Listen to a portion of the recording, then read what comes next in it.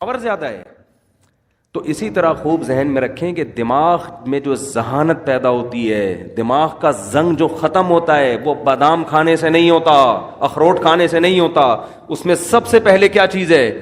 استعمال. آج بچوں کا دماغ استعمال نہیں ہو رہا, بڑوں کا دماغ استعمال نہیں ہو رہا. پب جی دماغ استعمال نہیں, دماغ کو کند بناتا ہے.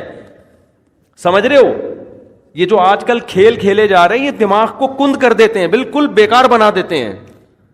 ڈراموں فلموں سے دماغ تیز نہیں ہوتا اور بیکار ہو جاتا ہے. گانے سننے سے دماغ تیز بولو نہیں ہوتا, بلکہ وہ لذتوں کا عادی ہو جاتا ہے. گانے بجانے, موسیقی اور چرس میں کوئی فرق نہیں ہے,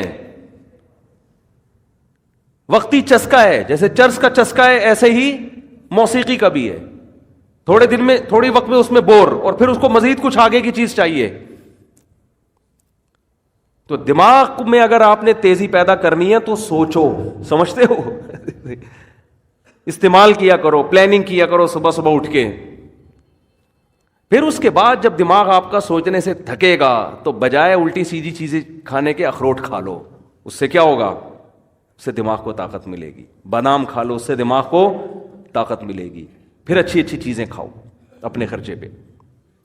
لیکن جو پہلے جو بڑے بڑے ذہین لوگ پیدا ہوئے ان کو تو اخروٹ میسر نہیں تھے, لیکن کیسے کیسے کام کیے انہوں نے. میں نے ڈاکٹر ذاکر نائک سے پوچھا, آپ اتنے تیز ہو, آپ ایسے حوالے آپ کو رٹا لگائے ہوئے آتے ہیں, کیا کون سی مارکیٹ سے بادام خریدتے ہیں؟ انہوں نے کہا کہیں سے بھی بادام نہیں خریدتے.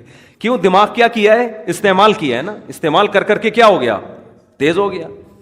تو بچوں کو بھی دماغ استعمال کروایا کرو. اور دماغ اگر آپ کے پاس استعمال کرنے کا کوئی طریقہ آپ کو سمجھ میں بالفرض اگر نہیں آ رہا تو 2-3 کام ایسے ہیں جن میں دماغ بہرحال کھپتا ہی ہے.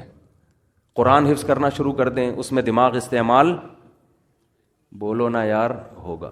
نمبر 2, کوئی زبان سیکھنا شروع کر دیں, اس میں دماغ بہت کھپتا ہے.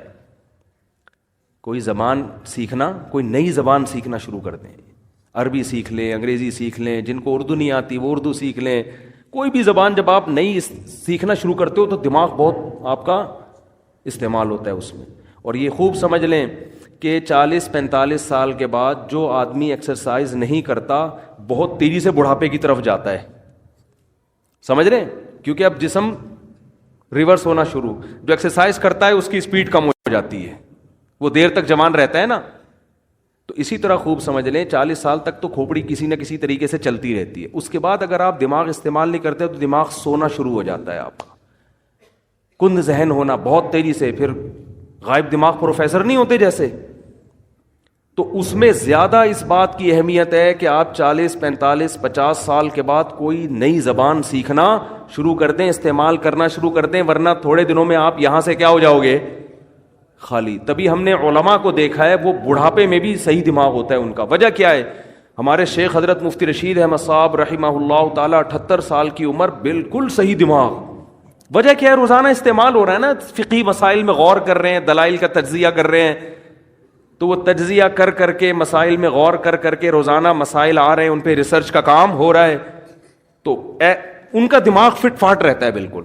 یہ موضوع سے ہٹ کے ذرا بات آ گئی, لیکن اب ہم دوبارہ موضوع کی طرف آتے ہیں. تو میں عرض یہ کر رہا تھا آپ سے کہ کھوپڑی استعمال کیا کریں. صحیح ہے نا؟ کھوپڑی ایسی استعمال ہوگی, کوئی چیز سیکھیں, کوئی تجزیہ کرنا. کتاب لکھنے سے بہت فائدہ ہوتا ہے انسان کو, لیکن خامخواہ کی کتابیں نہ لکھیں فضول بھرمار. کوئی تحقیقی کتاب جس میں آپ کی کھوپڑی استعمال ہو.